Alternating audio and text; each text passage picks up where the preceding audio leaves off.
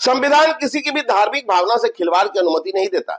बिहार के कुछ जिलों में ईसाई मशीनरियों द्वारा धर्म परिवर्तन का जो धंधा चल रहा है, सरकार ऐसे तत्वों से सख्ती से निपटेगी।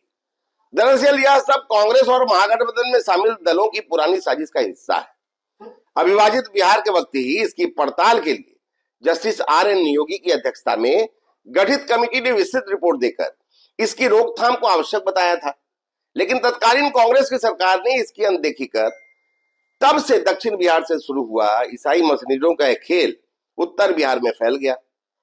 अब बक्सर, नवादा सहित अन्य जिलों में पांव पसारने लगा है। मीडिया की रिपोर्ट में आते ही न केवल जिला प्रशासन बल्कि राज्य सरकार भी सजग उठी है और कानून की गिरफ्त में लेने की कार्रवाई हो रही है। भोले वाले गरीबों को प्रलोभन देकर धर्म परिवर्तन कराना जघन्य अपराध है।